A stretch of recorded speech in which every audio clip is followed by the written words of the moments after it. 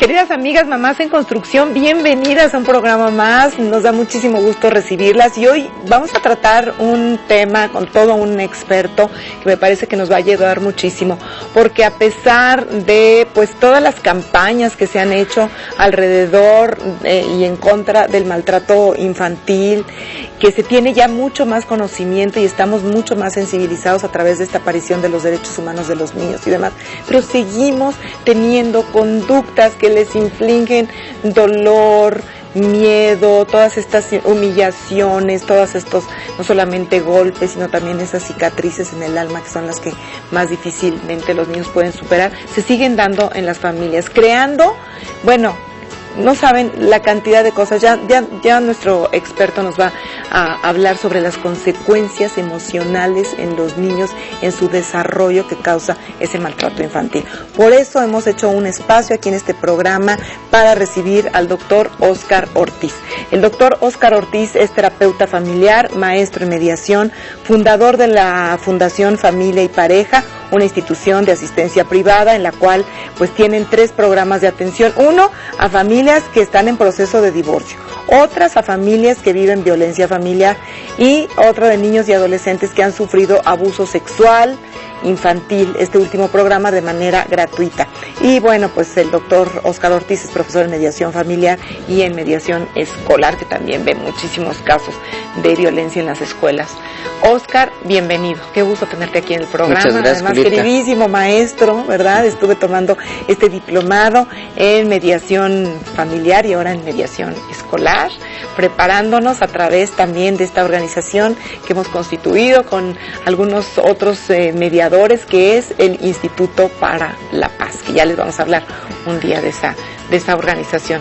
Pero hoy por hoy el tema de maltrato infantil, Óscar, ¿por qué seguimos tratando a nuestros hijos así? Si ya se supone que estamos más sensibilizados, si ha habido campañas, si estamos más conscientes, pero seguimos dando el golpe, la descalificación, el jaloneo en nuestras familias.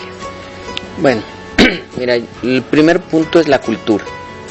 A través de la historia de la humanidad, al niño se le ha visto primero, se lo veía como un objeto, ¿no? Estamos hablando de, los griegos decían, si naciste de mí, eres de mi pertenencia y puedo hasta matarte. Y así podemos ir revisando la historia y se les atribuían a los padres y a los adultos todas las capacidades como para hacer lo que quisieran con los niños. Uh-huh. Hasta este siglo, y sobre todo a raíz de la Convención de los Derechos del Niño en 1979, es que se empieza a ver al niño como sujeto de derecho, no como objeto de derecho, que eso es muy importante, ¿no? Que son sujetos de derecho y no objetos de derecho, porque las leyes estaban hechas para que se aplicaran las situaciones en función de lo que los adultos quisieran, sí, o pudieran.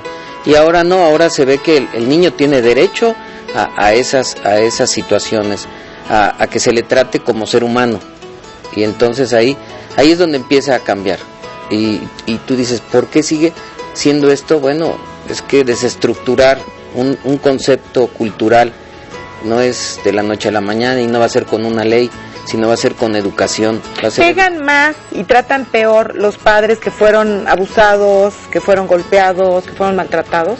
No, mire, es un mito. En realidad puede estar muy sensible un padre que fue maltratado y no querer que sus hijos sufran lo mismo, y uno que no fue maltratado, por el contrario. Entonces, no es necesario haber sido maltratado para ser un maltratado. Entonces, ¿con qué tiene que ver? Dices, la cultura ancestral, hemos maltratado durante tantos años que todavía lo tenemos casi como en una impronta, ¿no? En nuestro cuerpo. Claro.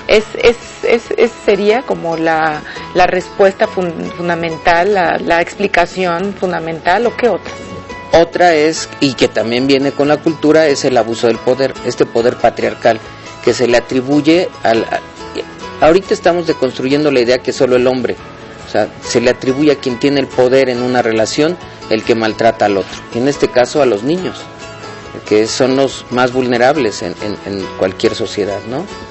Entonces es el abuso del poder básicamente, y que uno no se da cuenta que cuando estás enojado a quién diriges tu enojo, sino al más débil, ¿no? Al más débil y al que va a estar ahí a pesar de que le hagas lo que le hagas. Claro. Como un niño ¿Un niño a dónde quieres que vaya? Al año, 2 años, 5 años, 10 años y hasta los 15 años. Muchos ya dicen a los 15 años, me voy. Claro. Pero la mayoría se queda. Claro. ¿Por qué? Porque no tienen qué hacer.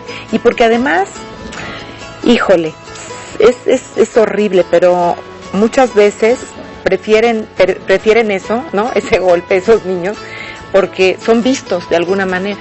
Ahí están. Fíjate que estás diciendo otra situación muy importante. En el desarrollo de los niños, el apego es básico. Genera el vínculo entre los padres y los hijos. Y muchos padres no logran eso. Sobre todo, eso se ha visto en las últimas décadas, que se genera poco vínculo. Los padres están poco preocupados por relacionarse adecuadamente con los hijos. Y se ha dado una generación de lo que algún autor, Stern, dice que es la orfandad emocional. Es decir, estoy, pero emocionalmente no estoy.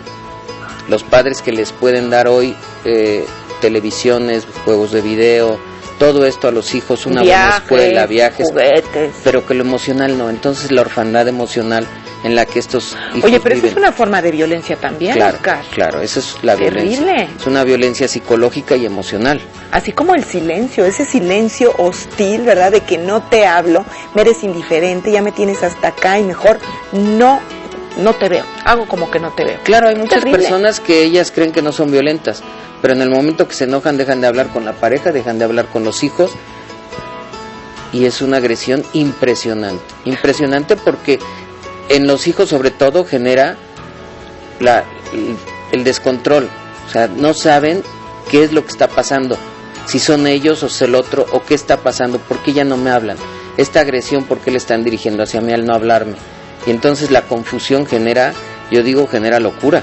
Genera locura y ese sentimiento de inadecuación que muchos de los niños pues no se sienten suficientemente importantes para los padres, ¿verdad? Y entonces, bueno, pues la autoestima en el suelo, tanto que ayuda sentirse seguro, ¿no? Sentirse bien tratado, sentirse importante, es una necesidad que tenemos todos los seres humanos, y con nuestras actitudes tratamos, ¿verdad?, de que los niños se sientan todo lo contrario. Vamos a seguir hablando con el doctor Óscar Ortiz aquí en el programa sobre maltrato infantil. Al regresar, ¿qué hacer para romper todos estos patrones que tenemos, pues de seguir perpetuando de alguna manera esta violencia en nuestras casas?